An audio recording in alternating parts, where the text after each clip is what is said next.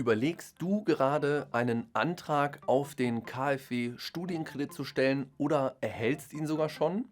Dann hast du dich bestimmt auch schon mit dem Thema Zinsen beschäftigt.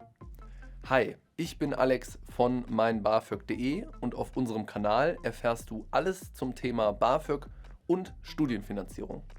In diesem Video erkläre ich dir den Unterschied zwischen Soll- und Effektivzins, die Zinsentwicklung der letzten Jahre beim KfW-Studienkredit und den Unterschied zwischen einem variablen Zins und einem Festzins und wann du die Zinsen von der Steuer absetzen kannst. Viel Spaß bei dem Video.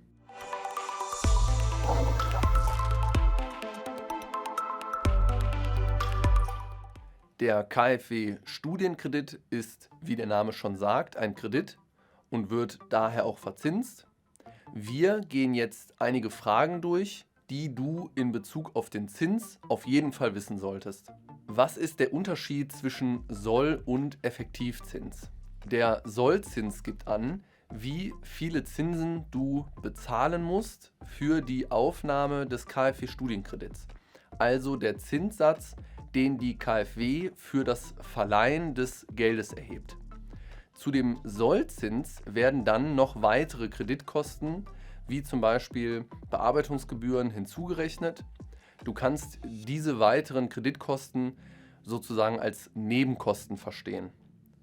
Das insgesamt ist dann der Effektivzins und dieser gibt an, wie hoch deine Zinsbelastung tatsächlich ist.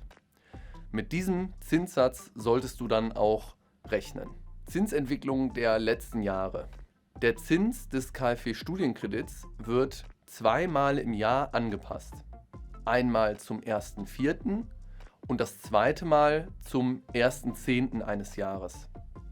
Mit der letzten Anpassung ist der Zins gestiegen. Grund dafür ist, dass der europäische Referenzzinssatz, der Euribor, gestiegen ist, auf dem der Zinssatz der KfW basiert.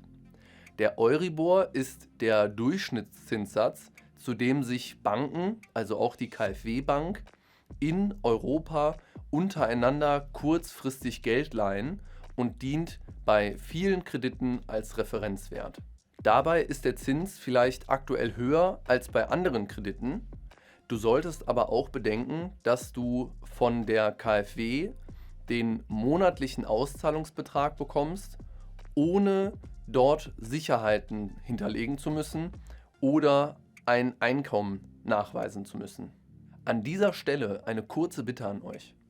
Viele von euch schauen unsere Videos, haben aber unseren Kanal leider noch nicht abonniert. Holt das jetzt gerne einmal nach und aktiviert die Glocke, so seid ihr immer auf dem aktuellsten Stand, was die Themen BAföG und Studienfinanzierung angeht. Variabler Zins und Festzins. Bei dem Zins des KfW-Studienkredits handelt es sich in der Regel um einen variablen Zins. Das bedeutet, dass, wie schon am Anfang erklärt, der Zinssatz zweimal im Jahr angepasst wird. Du gehst also alle Schwankungen am Markt mit, was für dich natürlich mal besser und auch mal schlechter sein kann. Im Gegensatz dazu gibt es auch die Festzinsoption. Das bedeutet, dass dein Zinssatz immer derselbe bleibt. Du bist dann also an diesen vereinbarten Zinssatz gebunden, mit dem du dann auch besser kalkulieren kannst. Einen Festzins kannst du mit Abschluss deines KfW-Studienkredits für höchstens 10 Jahre vereinbaren oder in deiner Tilgungsphase immer zum 1.4. oder zum 1.10. eines Jahres. Der Vorteil daran: steigen die Zinsen, behältst du deinen vereinbarten günstigeren Zinssatz. Der Nachteil: sinken die Zinsen, behältst du eben auch deinen vereinbarten Zinssatz. Vereinbarst du einen Festzins, kannst du in dieser Zeit nicht mehr zum variablen Zins wechseln.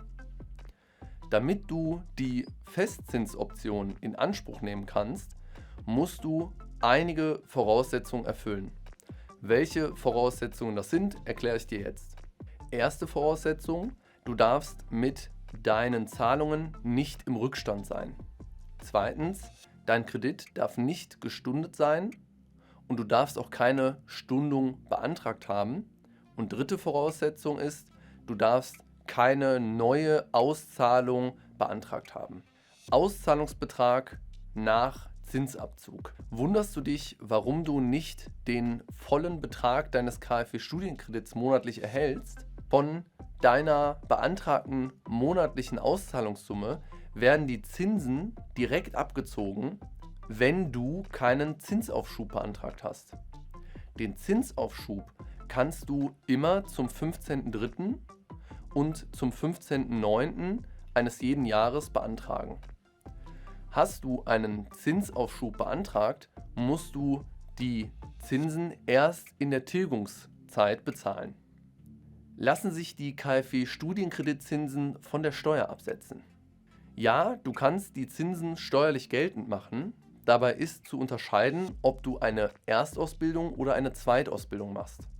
Bei einer Erstausbildung kannst du die Zinsen lediglich als Sonderausgaben absetzen, bei einer Zweitausbildung hingegen als Werbungskosten. Hast du noch Fragen?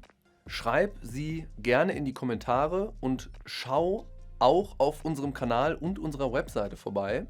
Dort haben wir viele hilfreiche Videos und Ratgeber zum Thema BAföG und Studienfinanzierung. Du willst online einen Antrag stellen? Das kannst du auch bei uns machen. Den Link zur Antragserstellung und alle weiteren hilfreichen Links findest du in der Videobeschreibung.